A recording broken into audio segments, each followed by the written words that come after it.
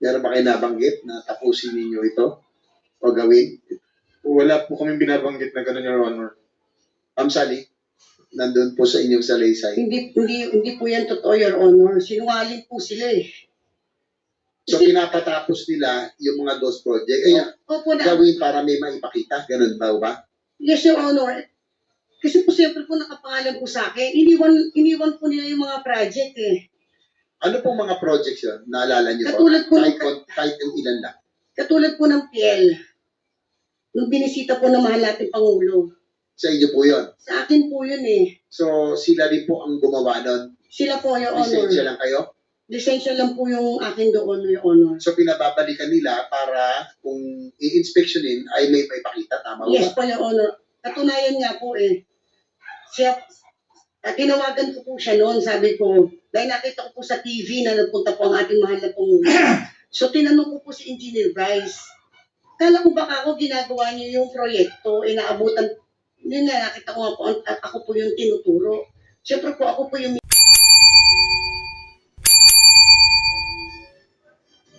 puso kayo nun. At wala kayong takot na tinuturo nyo si Engineer Bryce Hernandez at si JP Mendoza bilang inyong kausap at sila po ang nasa likuran ng mga modus. Tama po ba?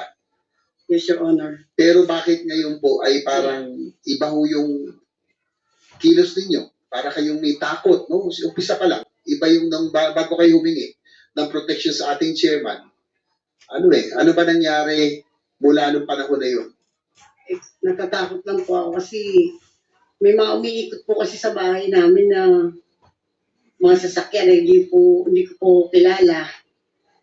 Parang, yun po, naano rin po ako sa pamilya ko na madami po dito.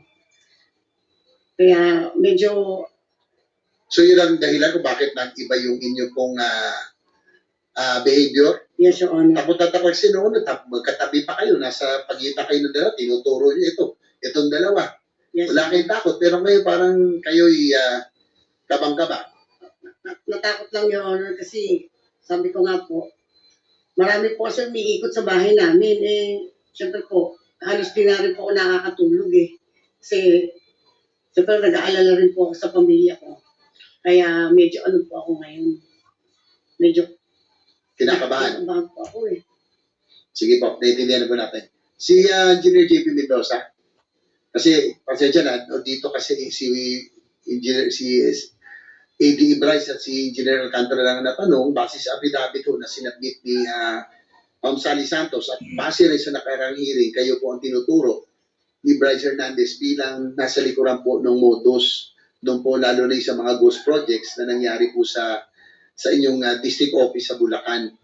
So, kapag sabi po ni Sally Santos, sinuturo kay ni Bryce, sinabihan niya na hindi siya nakakakuha ng DPWH kontra kung hindi kayo papipirmahin ng lisensya. Totoo ba ito? Jerry JP, kayo po. Ako po, sir. Ako. Hindi Base siya, sa affidavit kasi ni hindi siya Ma'am Sally, makakakuha ng ano po, sir. hindi siya makakuha ng iba pang kontrata kung hindi niyo pahihiramin hindi niya kayo pahihiramin ng lisensya. Hindi po totoo yun, sir. Engineer Bryce, yan po ang sinasabi ni di ko confirm na hindi daw totoo na di ba nangihiram, sabi kasi ni Ma'am Sally, hinihiram niyo ang lisensya niya para doon sa inyong in-house projects, yung kayo gumagawa, pero papeles lang yun eh. Yung utos po ni boss namin is kausapin po si Sally para umanap po ng lisensya na gagamitin. Yun po, Your Honor. So talagang hinihiram yung lisensya ng mga kontraktor. Tama. Technically, opo. Utos po ni boss namin. Alam din ni JP Mendoza ito. JP? Sir, teka lang po. Ang namali po ako ng pagkakaintindi. Parang ang pagkakaintindi ko po kanina, hindi na siya pahihiramin. Hindi na niya kami pahiram yung lisensya ko. Hindi niya Hindi siya bibigyan ng kontrata kung hindi kayo pahihiramin ng yun po yung lisensya. pagkakaintindi ko kanina. Kaya sinagot po ng hindi po. So, do you confirm na hindi na siya makakuha ng kontrata kung hindi niya pahihiramin kayo ng lisensya? Hindi po. Sabi na ni Bryce na pag Pinihiram kayo ng lisensya sa kanya. Yes, Your Honor po. Tama po, hindi pinapahiram. Pinutusan po kami para humiram kay Sally. Pero wala pong kondisyon na kung hindi na po kami pahihiramin, hindi na po siya makakakuha ng kontrata. Ma'am Sally, pakimari niyo bang ibahagi sa amin ang nasa affidavit niyo? Ito po sa kanila pong tatlo. Kay Engineer Alcantara at lalo na yung kausap niyo si Engineer Bryce at si Engineer JP Mendoza. Your Honor, syempre pag hindi po ako nagpairam ng lisensya sa kanila, maaaring hindi po ako makakuha ng kontrata doon. Kaya, syempre po natatakot po ako pagka hindi ko po ginagamit yung lisensya ko po. Mr. Chair, with the indulgence of Senator JB, ilang hearing na po tayo, sinasabi nyo, pinipilit kayo ipahiram ang inyong lisensya. Tama po, pag-intindi ko, 2 hearing na po kanina, nabanggit nyo pinipilit kayo. Tama po. Wait lang po, Your Honor. Kausapin ko lang po yung attorney. Ikausapin mo ito, kasi baka imbis na hindi lang physical protection, pulong ang abutin mo rin, isa ka pa rin.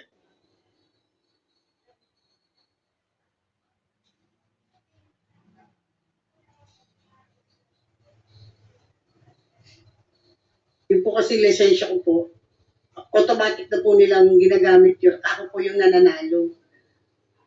Kaya nga po, ang tanong ko, kasi ilang beses niyo sinabi, kayo po ay pinipilit na ipahiram. Kaya minsan, kung nakatanda ninyo, nakarang hearing po, tinanong ko, tinutukan ba kayo ng kutsilyo? Sinasabi niyo pinipilit kayo? Kung naalala ho ninyo, Ay, ano ho ba yun? hindi po ako yung nagsabi ng... Hindi, kaya nga po, ang tinatanong ko kayo, sinasabi niyo, pinipilit kayo, kanina lamang nasabi niyo. Paano kayo pinipilit itong dalawa? ano po, ginagamit po nila yung lisensya ko. Siyempre, napipilitan po ako na ipahiram po sa kanila yun. So, Mali lang po ako ng words po, Your Honor. Pasensya na po. Kasi po, kinakabahan po kasi ako. dapat kang kabahan po kung sinungaling ka rito. Mr. Chair, I yield the floor to Senator JB. Thank you, Senator Dugo. Yes, Mr. Chair, to continue. Engineer Bryce, anyway, mukha naman kayong Batman and Robin eh. Ilang beses din yung tinawagan si Sally Santos ngayong September. Tinawagan niyo ba, Engineer Bryce?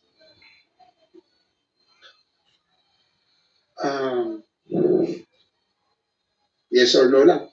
Parang hindi ko po matanda na tinawagan ko. Kung ngayon pong September, Your Honor, parang hindi ko siya tinawagan.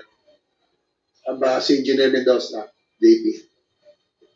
September, base sa collab ko po, wala po kami conversation. Kasi base doon sa sinampang salaysay ni Ma'am Sally Santos, kayo daw ay tumawag sa kanya. Tama ho ba? Neto po, Your Honor, tumawag po si Engineer Bryce sa akin. Kay September po. Opo, Ano pong sinabi? Pakisalaysay lang po sa committee. una po, tumawag po, personally pong sinabi sa akin na, Sally, huwag kang mag-alala, lahat ng mga project na kinuha namin sa'yo, gagawin namin yun. Ako bahala sa'yo, bibigyan kita ng abogado na pera, tutulungan kita. Kung pwede sana, meron na sana akong pakikiusap sa'yo. Huwag ka muna sanang magsalita. Tapos, ituro mo sa amin, di ba yung pera kinukuha namin sa'yo. Pwede ba makiusap? Ituro mo si D. Henry na siyang, doon ko binibigay sa kanya yung pera. After po nun, binibigay ko po ni D. Henry yung pera kay Yusek Bernardo, and then kay Saldico. Papunta daw po kay Saldico. Yun po yung person na sinabi sa akin nung nakaraan. Ang kausap niyo ay si Engineer Bryce. Si Engineer Bryce po, Your Honor. Engineer Bryce, Kinokonfirma ba yung sinasabi sa salaysay? Sino pa ang salaysay ni Sally Santos? Hindi po totoo, Your Honor. Si, with the indulgence of Senator JB, Mrs. Santos, sino ang tumawag sa inyo nito September? Sino po?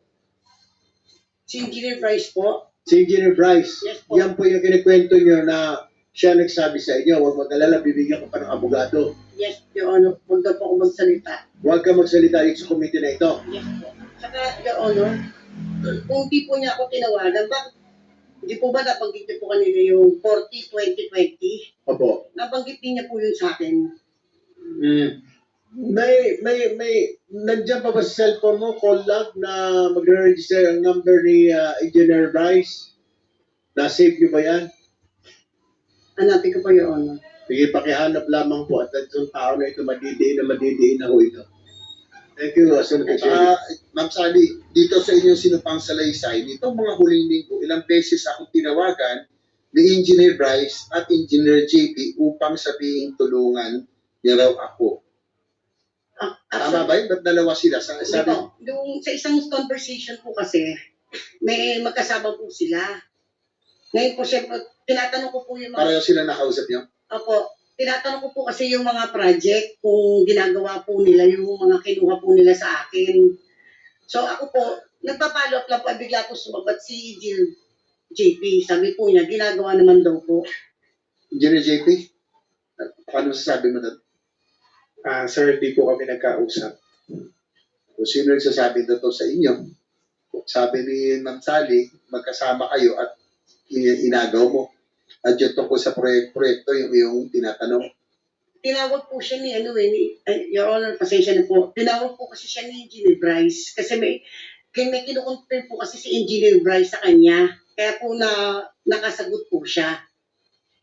Ma'am Sally, totoo ba yung na sinabihan, totoo ba na sinabihan ninyo si Ma'am Sally na balikan at tapusin ang mga projects? Kasi yung tinatanong niya eh. Meron ba kayo nabanggit na tapusin ninyo ito o gawin? Wala po kami binabanggit na gano'n, Your Honor. Ma'am Sally, nandun po sa inyong salaysay. Hindi po yan totoo, Your Honor. Sinungaling po sila eh. So pinapatapos nila yung mga those project. Ay, Opo na. gawin para may maipakita. Ganun ba? Yes, Your Honor. Kasi po siyempre po nakapangalan po sa akin. Iniwan po nila yung mga project eh. Ano pong mga projects yun? Naalala niyo po? Katulad po ng- Kahit yung ilan lang. Katulad po ng PL. Nung binisita po ng mahal nating Pangulo. Sa inyo po yun. Sa akin po yun eh. So sila din po ang gumawa nun. Sila po, Your Honor. Lisensya lang kayo. Lisensya lang po yung akin doon, Your Honor. So pinababalikan nila para kung i-inspectionin ay may maipakita. Tama Yes ba? po, Your Honor. Katunayan nga po eh. Tinawagan ko po siya noon, sabi ko, dahil nakita ko po sa TV na nagpunta po ang ating mahal na Pangulo. So tinanong ko po si Engineer Bryce, kala ko baka ako ginagawa niyo yung proyekto, inaabutan, yun nga, nakita ko nga po, ako po yung tinuturo. Siyempre po, ako po yung umiiyak sa kanya, bakit po hindi nila tinapos yung proyekto? Sabi niya po, may gawa na daw po sila doon. Actually po, pinakita po sa akin yung picture eh. Ito, nagawa na namin na iba lang yung coordinates na ibinigay sa kay President Loco. Tapos after po noon, pinagawa po niya yung proyekto. Gumagawa pa rin po doon yung taong inutusan niya. Kaya lang po nitong pinatigil na po yun ng LGU. Hindi na po pinagawa yung taong inutusan po nila doon. Engineer Bryce, Engineer JP, paano masasabi niyo sa sinasabi ni Ma'am Sally na pinagawa niya raw po para may pakita? Yung po sa PL, yung natinuro po. Wala po kaming iniutos kay Sally na tapusin po yung project sa PL Baliwag, Your Honor. Pangako kasi tatapusin ninyo eh. Parang yun ang nasabi. Hindi tayo gagawa. Sila po gagawa. Ano nangyari? Lagi natin, hindi niya inuutosan na tapusin kasi sila gumagawa, lisensya niya, siya yung nagsasabi, baka pwedeng tapusin niyo, di ba? Yes, Your Kasi Honor. ikaw ang sasabi. Ako po sasabi ko kasi eh. Kaya po ako nagsasabi po ako ng totoo dito eh. Ang dami pong project po na kinuha po niyan eh. 41 projects. Lahat po yun, hindi pa ako Ilan ang nagkakaroon. ghost po doon, ma'am, sa tingin niyo? Ang sabi po ni Secretary Dizon, nakita daw po niya yung Perez daw po, tsaka yan nga pong PL. Tapos hindi ko pa po, may sinasabi pa po kasi si Secretary Dizon na isa, so hindi ko pa po ma-locate. Kasi po, sa totoo lang po, kaya po ako na dito. Sila po nakakaalam ng mga location. Kahit project inspector po nila, hindi po maituro sa akin kung ano po yung mga proyekto na ginawa nila. Sabi ko sa akin sa opisina, hindi namin alam kung saan nilagay nila Engineer Bryce at Engineer JP lahat ng project mo. So, kahit ako po mismo contractor, hindi ko po malocate yung mga proyekto po na nilagay po nila na yan. Wala pong maituro po sa akin ng mga inspector nila. Senator JB, interject. Alam nyo, kayo starring doon sa second privilege speech ko eh. Ito, yung bang nagkaroon ng notice of award, SIMS ito 25CC0091 ang contract ID, di ba? Notice of award, February 17.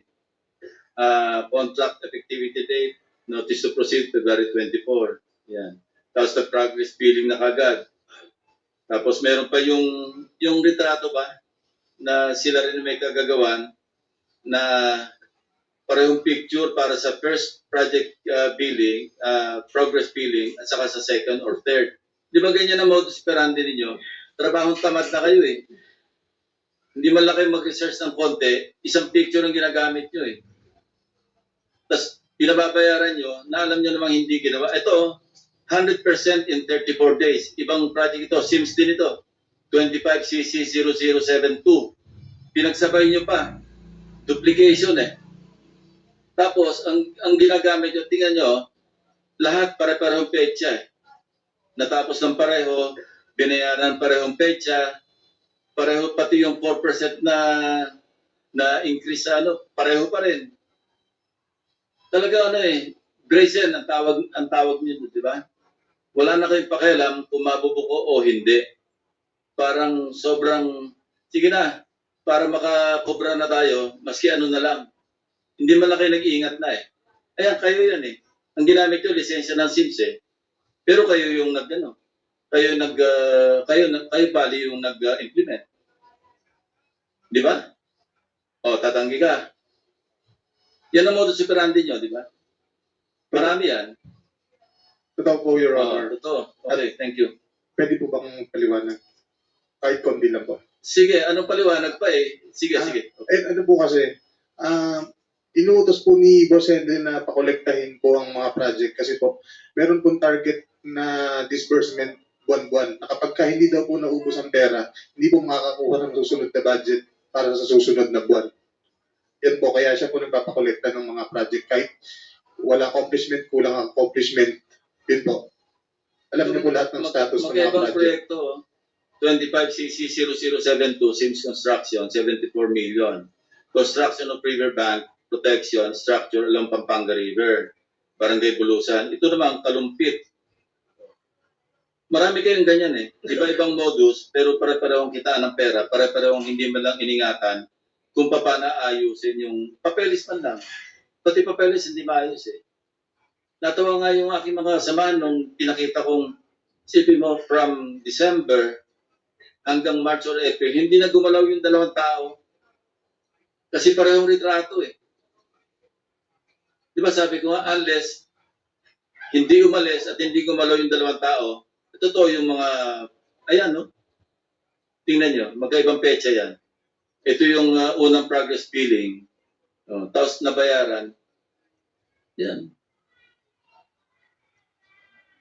Alam nyo ba yan o pinapaubayan nyo na lang kung kanino? Kaya hindi nyo na na-supervise. Pero kayo, pirma kayo ng pirma ng SWA. Sabi na doon pa, yung Statement of work work accomplishment. accomplishment. Work accomplished, di ba? Opo. Oh. Di ba maliwanag na malversation through falsification? Pinapalsify ninyo ang mga dokumento para makasingil kasi babalik sa inyo yung pera eh. Kayo rin yun eh. Hindi po ako nagpe-prepare ng Your Honor. Hindi nga, yung team mo. Pero para ma-release, kailangan pumirma kayong dalawa ng DE eh. Hindi ka ako nagpe-prepare kasi team nga kayo eh. Bahala na kayo dyan eh. Bahala na yung accountant, bahala na yung inspector, bahala na lahat. Pero medyo tumatango si district engineer eh. Totoo no? Sige. Your Honor, para lang po sa katotohanan. Actually, noon ko pa po sinasabi to na ang project engineer po ang nakakalam lahat po ng project. Siya po ang unang pipirma at siya po ang magsacertify. If I may po, baka po uubra, kasi laging ako na lang po ang tinuturo rito eh. Alam ko lang po dahil ako ang boss. Pero sana po sa katotohanan, ito po, siya po ang project engineer ng PL, siya po ang project engineer ng ibang project ni Sims. After po niyan, ito po, sinita ko po ito eh. Bakit nangyari yan eh? So, baka po pwede, mabigyan po natin ng pagkakataon para naman po sa magiging fair dito na kada po kasi tatanungin, putos ko. Baka po pagpatay kay Rizal, ako na rin po nag-utos na to later. With due respect po to Chairman, ako po, sinabi ko po sa maraming tao ko, ako po involved sa GHOST. Hindi bali po makulong kami magkakasama. Pero hindi po ako part ng GHOST na to. Ito po ang project engineer, pwede pong Si Dumasig, di ba? sa po nakakalam po lahat. Maupo ka nga dyan sa harap, Ray Dumasig. Kasama ka rin sa BGC, di ba? BGC Boys. Part ka rin. Malakas ka rin magsugal. Sipin nyo, sinusugal nyo yung bira kayo. Sige, Dumasig. Ray. Hello po. Yun po, ako po yung na-assign na project engineer po dito sa, ako po yung dinesignate ni Engineer J po na maging project engineer sa PL po at saka sa Perez. So, nung na-designate na po sa akin to, ang sabi po kagad nila, sila na daw po ang bahala. Wag ko na daw po pakialaman. So, yun po. Bali, ito po nangyayari po nung nung project inspector pa lang po ako.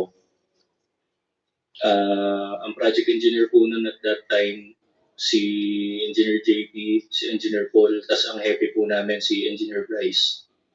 So, ako po bilang project inspector po nung time na yun, sumusunod lang po ako sa utos nila na wag ko na daw po pakialaman yung project. Hindi lang naman po yun yung hawak kong project. So, pirma ka lang ng pirma. Huwag mo nang pakialaman, pipirma ka na lang. Actually po, ng project inspector po, wala pa naman po akong pinipirmahan at that time, more on site visit lang. So, ganun po yung nagiging sistema ng mga panahon na yun. Sinasabi po nila, wag ko daw po ipaalam. Up to the chase, ano? Okay. Sino mas mukhang mastermind sa kanilang dalawa? Si Bryce o si Engineer Alcantara? Si Bryce po, sa Ghost Project po. Basta Ghost, siya nakakaalam. Ako.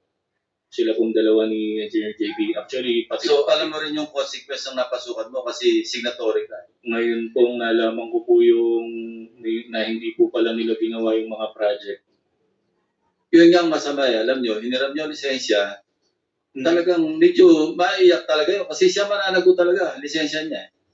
Pero wala siyang kamalay-malay kung paano nyo ginawa o hindi ginawa yung project.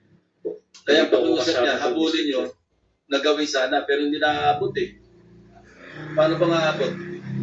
Ayaw nyo bang gawin in 1 week? Eh, nag-inspection na kabi-kabi lang. Hindi kaya, di ba? Yan ang problema eh. Sige. Your Honor, tinanong ko po siya, bakit pumayag ka sa ganyan? Eh po, nasa affidavit po ni RD Dumasig na sinabit sa central office. Nambilin po sa kanya, ay wag, siya na po magsabi, wag na po ako, Your Honor. Baka po mag-instruction. Sige. Ray. Ayun po, sabi po nila sa amin before, hindi lang naman po sa akin, pati po dun sa ibang project engineer. Pagka po sinasabi po nila, huwag daw po ipapaalam kahit kanino, pati na po kay Boss Henry. So, alam niyang ghost yun. Alam niya. Hindi na po. Ni Bryce. Hindi po, basta po, wari na po. For example, Hindi mo alam kung alam niyang ghost yung ginagawa. kasi po, wari na po, may isang project po nung time na 2022, or ito na lang pong PL, para po, na-prove na po na those project to. Yun po, sinasabi po nila na wag na po namin pakialaman. Ako po yung inspector, pati po yung materials engineer. So kami po, tulad nga po nung sinabi ni Ate Sally kanina, hindi po namin alam yung location ng project. Kasi po hindi lang naman po ito yung hawak kong project. Excuse me, no? Okay po. minsan pa meron pa kayong ginagawa na hiniram ng lisensya, papakitaan nyo pa ng project sa ibang grid coordinates. Ililigaw nyo pa yung may-ari ng lisensya. Hindi, natapos yan. Ito, actually, ligaw yung contractor kasi sa kanya lang malaman, iba yung tinuturong project na natapos. Yung project na ginamit ng lisensya niya, actually hindi ginawa. Meron pa kayong ganun eh. Ewan ko po sa kanila po. Yun nga, alam nyo, yung knowledge ko sa ng team ko ng baha, mas malalim pa sa baha sa Bulacan. Kaya kanina ko pa kayo winawarningan eh. Sige, Henry. Your Honor, kaya ko po na-discover yan, kaya ko po pinatatawag si Engineer JM. Actually po, ako po nag-utos kay JM na bakit hindi nyo makita yung project. Si JM po JM ay is JM JM Ramos. Ramos, opo. Okay. Dati po siyang project engineer po sa planning section po, no? Sabi ko, para ma-verify nyo talaga kung talagang nandyan yung project, yung tao ng construction na in charge, project inspector, saka yung tao mo, puntahan nyo. Kaya po nalaman po yan nung una, may pinuntahan po silang project somewhere in Bustos. Tinuro po nung tao nila, Plaridel po yata, I think Plaridel or Bustos. Tinuro po, ito yung project. Sabi po ni JM Ramos, hindi yan, ako project engineer last year dyan eh. So doon po nagsimula mag-report sa akin si Engineer JM So, po. kinukonfirm yung sinabi ko na tinuturo doon sa may-ari ng lisensya ibang proyekto para may pakitang ginawa nila. Yes, Your Honor. Katunayan po, kahit po na itong huli na pinipilit po nila na ipagawa po, hindi rin po maalaman ng mga inspektor kung saan po talaga yung project po, Your Honor. Alam nyo kung yung galing nun yan, ginawa nyo sa mabuti, walang baha sa Bulacan.